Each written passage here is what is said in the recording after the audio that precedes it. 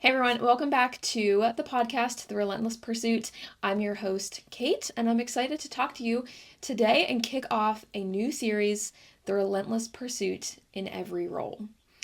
Our mission behind Hoopie Strength and Conditioning is to encourage the pursuit of excellence in everything that you do, to encourage you that life is short, it is fragile, and time is passing. With every moment that we have, every day that we have, time is slipping by.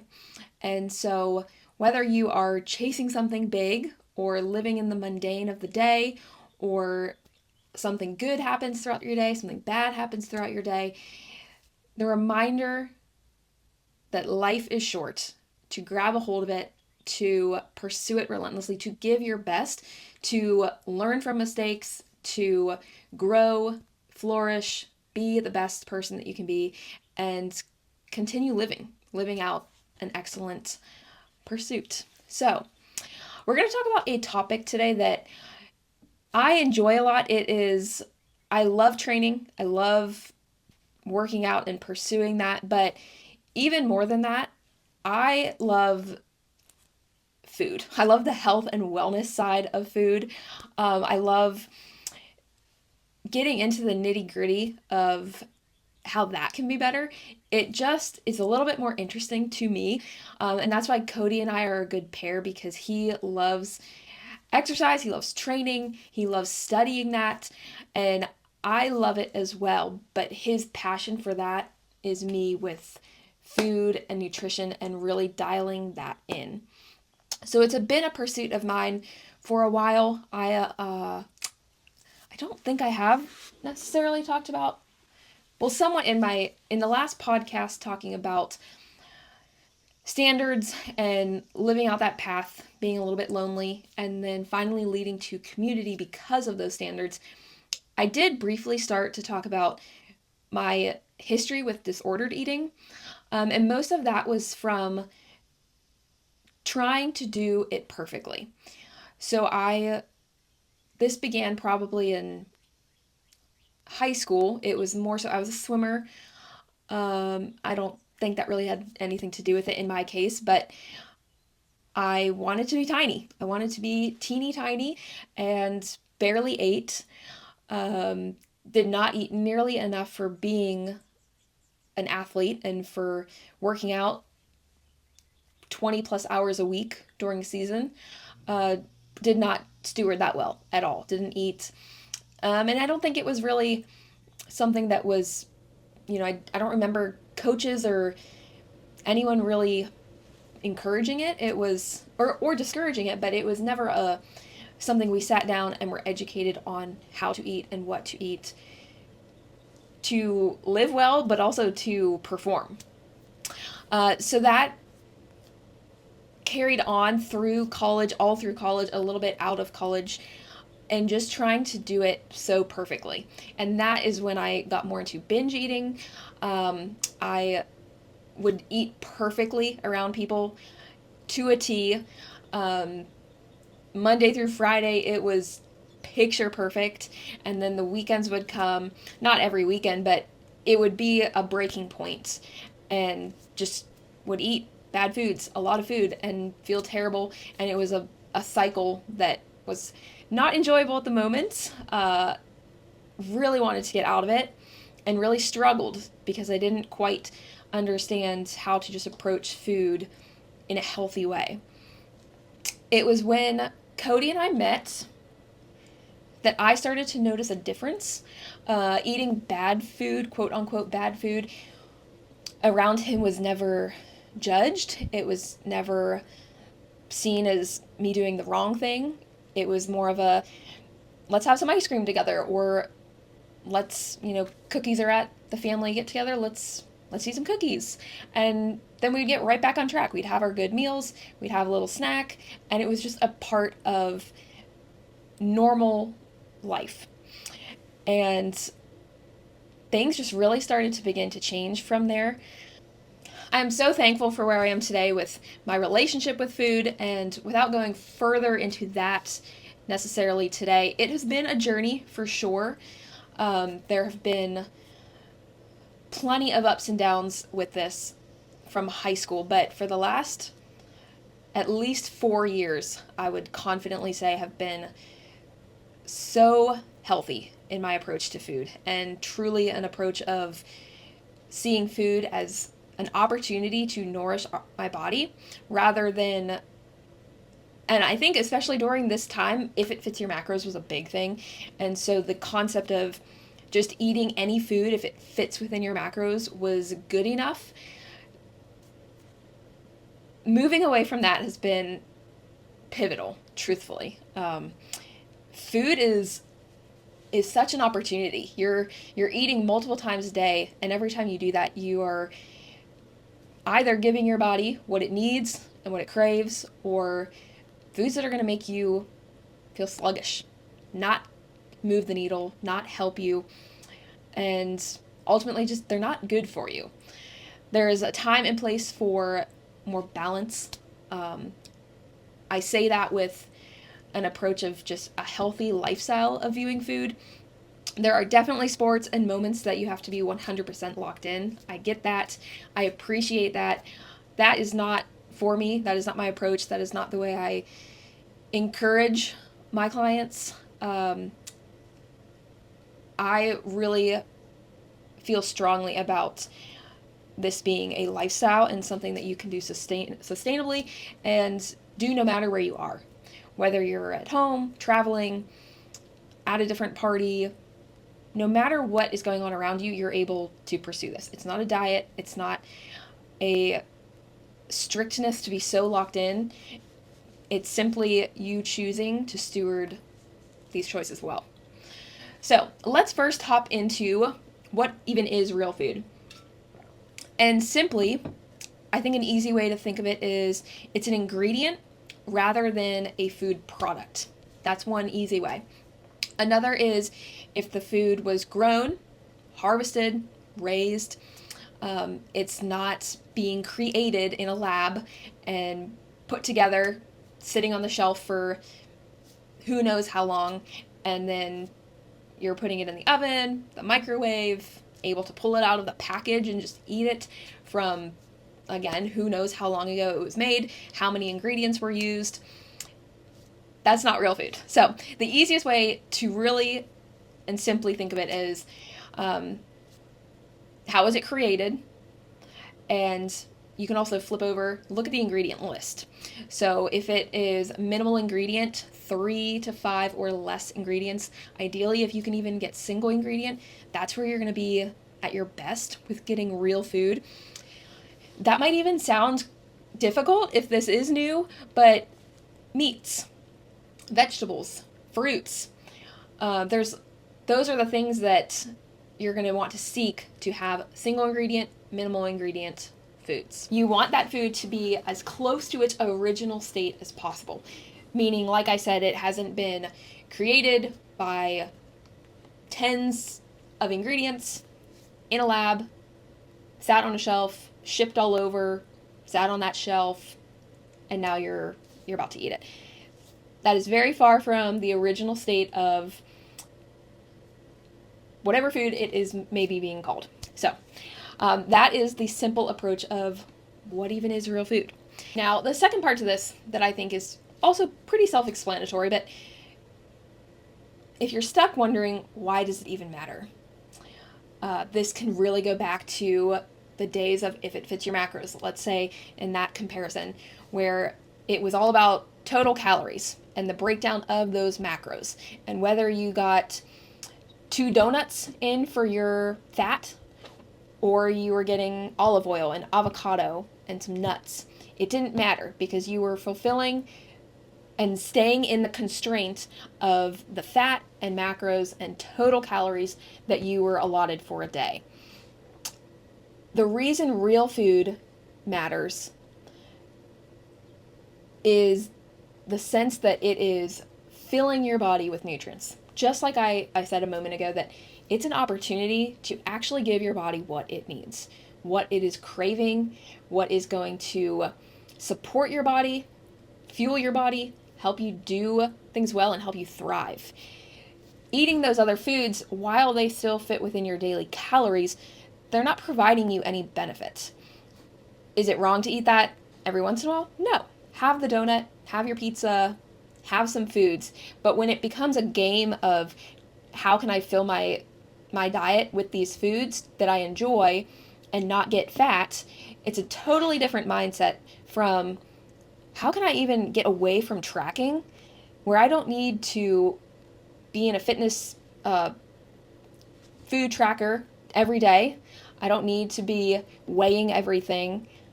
I can just simply live and know that I'm choosing foods that are good for my body, that are supporting my body, and going to put me in my best state. They're stewarding my health, and I'm making the best choices for my body.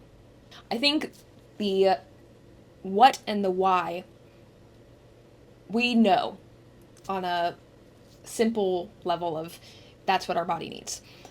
But let's get into how to do this easily. And that's what we're all about. We are not in the kitchen for hours cooking with nice music and a dreamy aesthetic kitchen and everything's clean and we're just having a jolly old time cooking for hours with nothing else to do.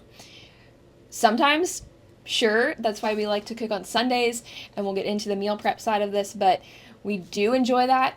I really do enjoy cooking and enjoy putting foods together. So doing that on Sunday when I can set aside that time, or Saturday, or whatever day of the week it is for you that you have some extra time, that is a fun way to do it. We put some music on, we're spending a few hours getting ingredients made and then making meals and having meal prep ready to go for the week, feeling good and set up to go into the week, knowing that cooking time is going to be less and choices are going to be optimal.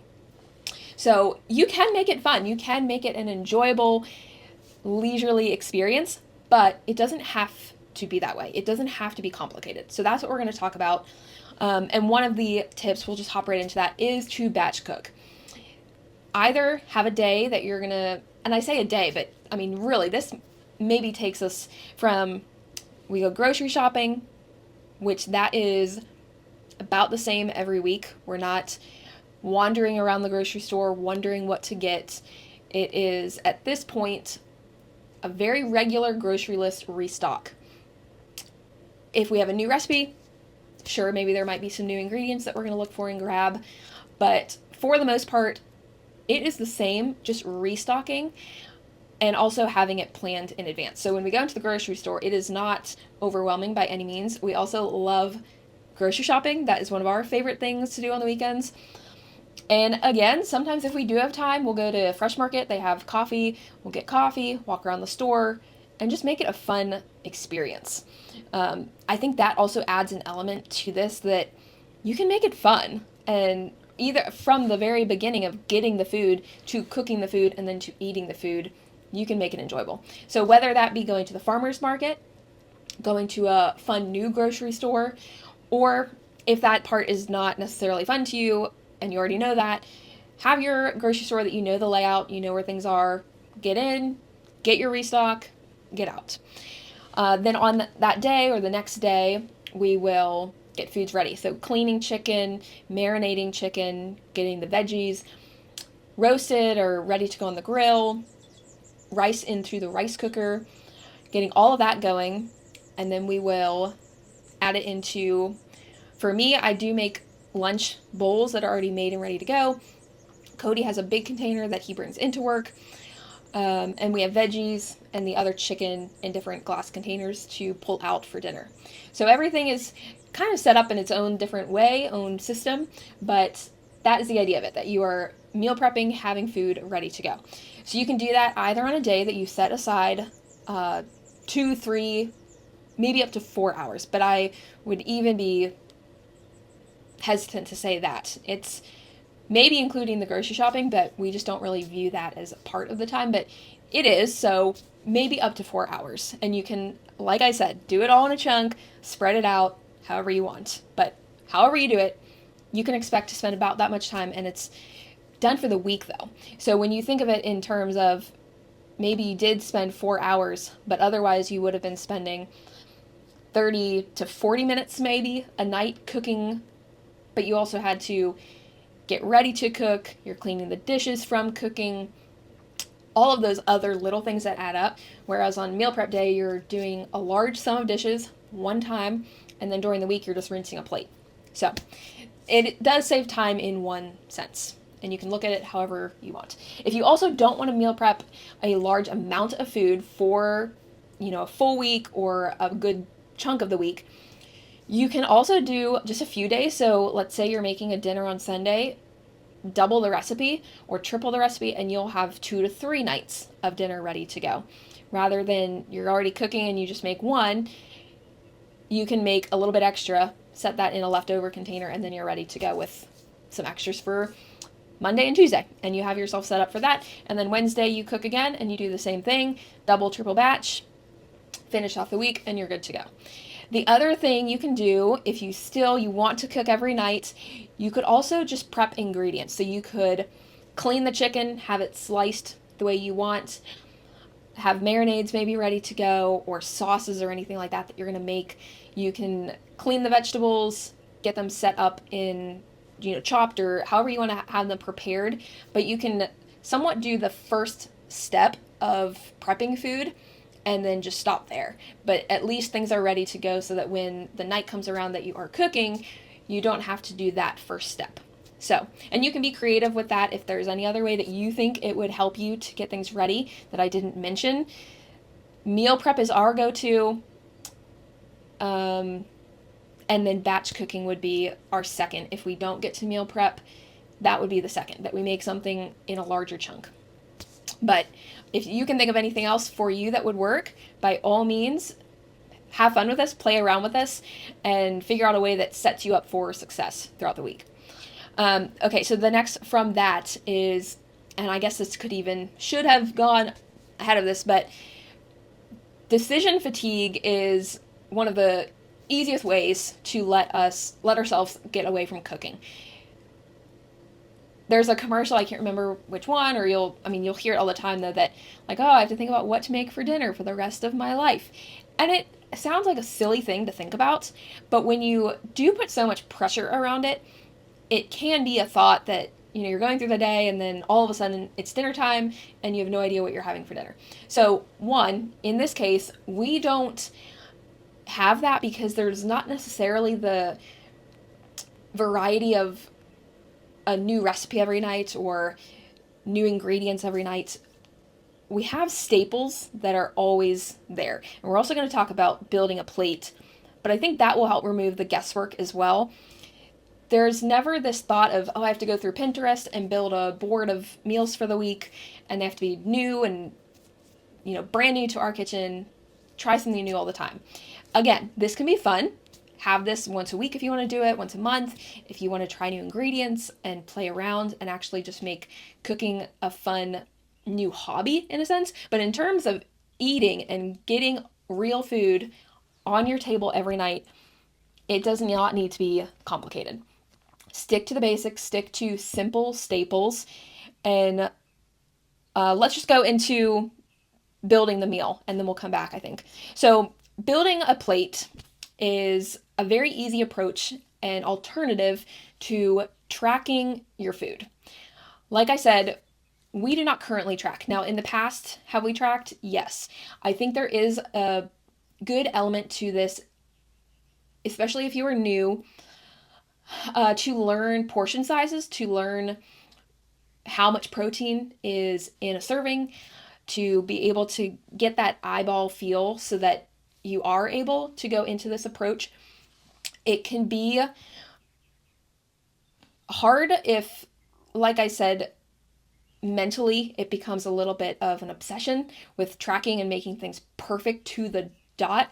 And that's where I was in the past, where it had to be perfect. It doesn't need to be perfect. So I want that to be clear from our viewpoint as well. This is more so, it can be helpful if you are brand new to food labels and understanding what amounts of macros and calories and whatnot are in a serving of food, so that when you're building a plate, it can help. However, this build a plate is a way to do it without tracking. It's good if you mentally don't feel like you're going to be able to handle tracking, and maybe even you can start with this and then try tracking if that's the path you need to go. But it's a great alternative. And with this, it's almost less of something we do now in, again, the constraint of sizes that we're going to talk about, but it's really just guidelines. Simple as that. So, okay, let's just go into it. So you have a plate. You are building your meal off of protein. So that is a huge thing. Always build your meal off of protein. Pick if you're doing chicken, beef, fish, whatever protein you want. Have that be your base, and then build your meal around that. So if you want to do ground beef, then let's maybe do tacos or like a taco bowl. So you've chosen your protein, and then you build your meal around that. Your protein can be a quarter of your plate or the palm size. So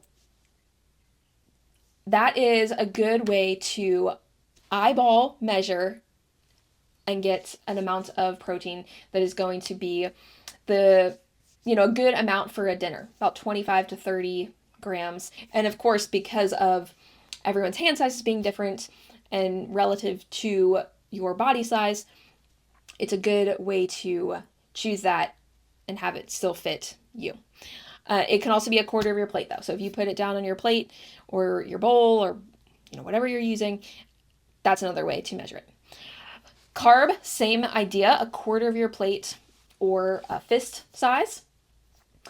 Produce, this is the most, half of your plate or a large handful. So we're looking at about a cup or so, a large overflowing cup. This one you can be a little bit generous with. Fill your plate up, half of your plate with fruits, vegetables. It can be a side salad. Get the fiber and produce in and onto your plate. Finally, a fat. This one is not hard to get into your meal. This can be a meal topper or about the thumb.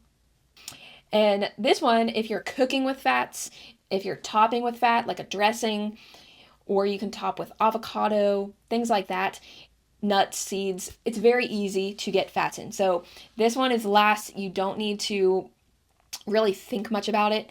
Also, be in mind if you're using a higher fat meat, you're going to be covered there for the most part as well.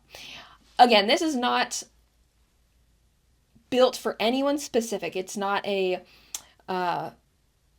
X amount of calories, protein, carbs, fat per person, and very individualized. It is just a great framework if you want to get into eating real food, you want to lock in your eating approach without going the tracking route. It's a great alternative.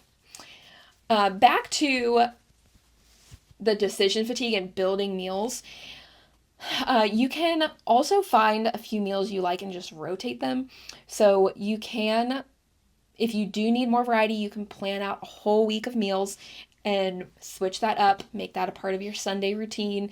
You go through Pinterest, you find some meals you want, write them down, write what you need, and go from there. You can also, and this is more of our approach, you have a few meals that you like and you just rotate them and you make it very, very simple. So Cody is on a spicier chicken marinade kick right now. It has been multiple months of the same chicken. I don't know how long now, but it has been, I would say, we're going on July already.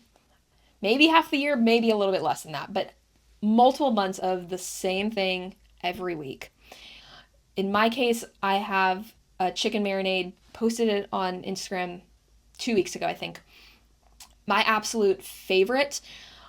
That one I'm always having the rotation. It's always being used.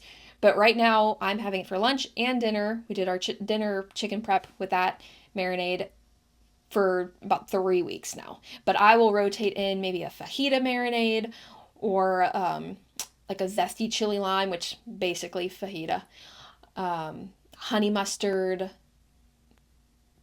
all different kinds. So I will rotate the marinade every once in a while, but the actual meals stay pretty much the same. It's a chicken with a marinade, rice or sweet potato, and a vegetable. You could also have themes throughout the week. So you could and this could be up on your fridge, the whole family knows. On Tuesdays, we do beef. We're doing Taco Tuesday. On Thursdays, we do salmon. On Saturdays, we do chicken. You could even do those 3 and maybe rotate through it, or do 3 chicken, 2 beef, and a fish, and something, throw something else in there to your week. But that way you at least have the protein in mind. That tends to be the hardest, just because to have a good protein, you do want to season it well, have a good marinade, build around that. So that one's a good, if you're going to have something planned without the whole meal planned, that way you have the meat in your house, you have it out of your freezer. If it was, you had it, but you need to thaw it.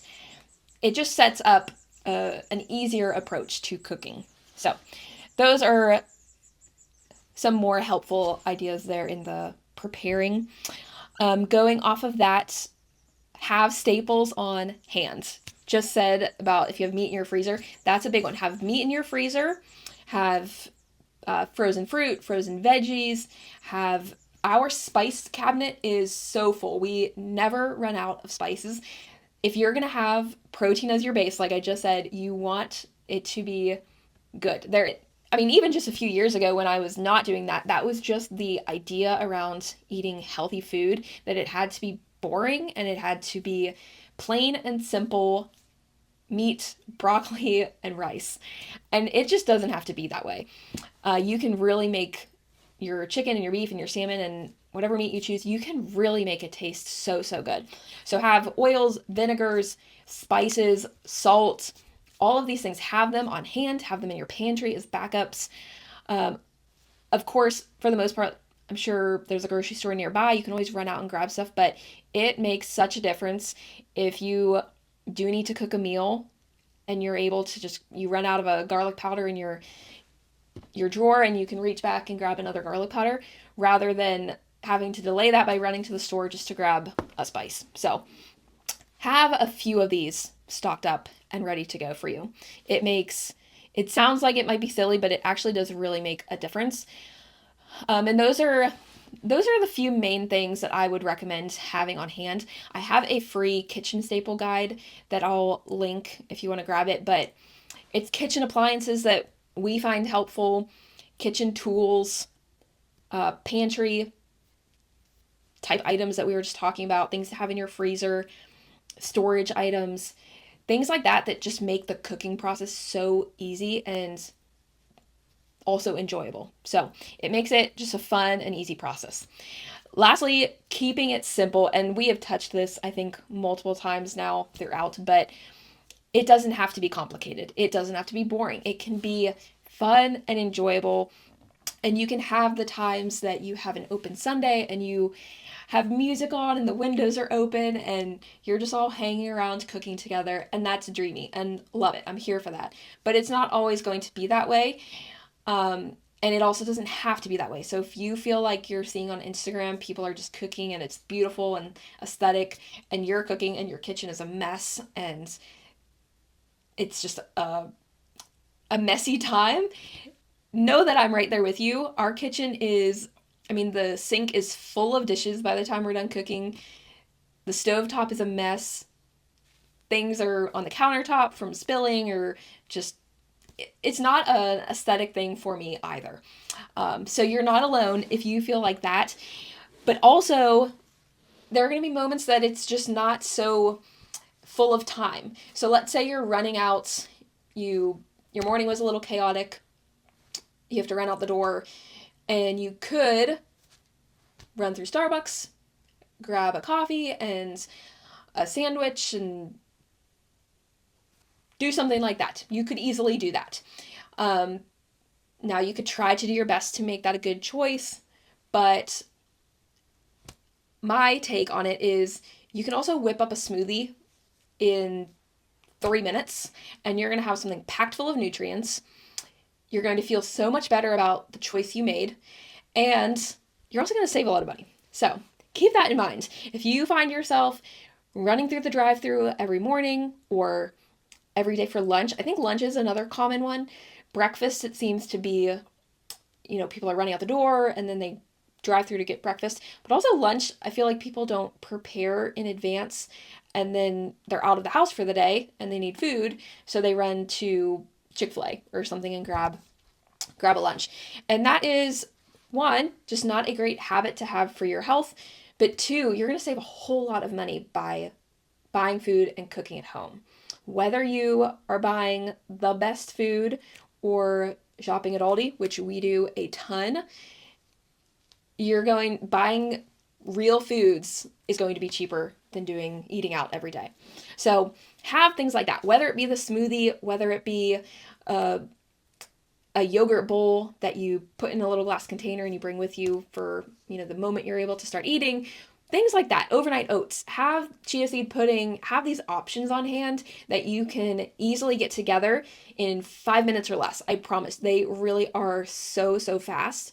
They just take that moment to choose the better decision of, I'm going to spend 3 minutes here rather than going through the drive-thru. If you want a snack, rather than reaching for the pretzels or the chips, grab a piece of fruit, grab an apple. There are so many different fruits right now that are so ripe and delicious. Oranges, cherries, kiwi, mango, pineapple, apples, pears. I mean, just walk through your produce section of your grocery store or go to the farmer's market this weekend. Good fruit is unmatched. If you're eating bad fruits, then yes, I can see how it's not super fun, but grab some crisp honey crisp apples, grab a good juicy orange, a peach. You're going to love it. It's so good. And that's a great quick snack. Another, if you're having a busy night, you knew that in advance that, tonight is going to be hectic. You're going to be getting home, turning around to get back out the door. Very easy to grab drive-through again. Use your crock pot in the morning, start some meat, add a marinade over the chicken or the pork loin, have it cook all day. You spent maybe 5-10 minutes getting it ready in the crock pot, and you have a great meal to come home to. This is a great option in the fall, in the winter, when you want to do a cozy little pot roast, but truly you can use this all year round. We did a pork loin a few weeks ago. It's our new Easter tradition, but we tried it again after that. It's a Cuban. So we did the shredded pork with the Cuban marinade. Phenomenal. So good. And so hands off. I mean, a few minutes and then you have a great meal for the night. You also, because you're doing it in the crock pot, like the pork loin we did was maybe 5 pounds probably 3 pounds or so. But multiple nights. So you can even meal prep that way. If you don't want to spend a lot of time meal prepping, on a Sunday, throw a 2 to 3 pounds pork loin in your crock pot. Same amount of chicken if you want to do that. Get in your crock pot, shred it up, and you have dinner for a few days. So that's another really easy way to meal prep, let alone make a good meal. The last thing I will say about fast food too, one thing that we do is if we are traveling, like I said, we do eat out. We do go for these options every once in a while. We are not perfect. It is more so we choose to do this way because we'll feel better. It's easier to get actual nutrients and cheaper. So a few reasons there for us personally. But when we're traveling, or maybe you're even out and you're thinking about running into Chick-fil-A and there's a grocery store right across from where you are, it's very easy to run into the grocery store too and grab some fruit. You can grab just an apple, have that weighed out, and you bought one apple. You can grab fruit and cheese, deli meat, yogurts. There are lots of individual things in the grocery store too that I think we overlook when we're eating out or trying to grab something fast, but it's just about as quick. You don't have to drive through, the convenience of that, but almost equivalent in time to park your car, run in, grab a piece of fruit and a yogurt cup, and have something that you're actually going to be proud of. So just a little reminder of that habit. We have more power over these things than we like to think sometimes we get caught up in time being an excuse, or it just being too complicated, or whatever it may seem for you maybe, or you've heard. I think we get stuck in a lot of this, but whether it's the food you eat, the time you wake up, the things you're reading and watching, and people you're spending your time with, all of this stuff we have more power over than we give ourselves credit for sometimes. So I encourage you to remind yourself of that today. There's a lot in this world we are not in control of, but we do have more control over the actions and the decisions we make. So steward that well. Make these decisions that you're proud of today and will be proud of in the future. And keep pursuing things relentlessly. Choose excellence. And I hope you enjoyed this podcast. I had a fun time talking about just real food and how to do this easily. If you found this helpful, share it, like, subscribe, comment. If you want the free guide, it will be a link in the description below. And stay tuned for more chit chats here on the Relentless Pursuit. Talk later. Have a great day.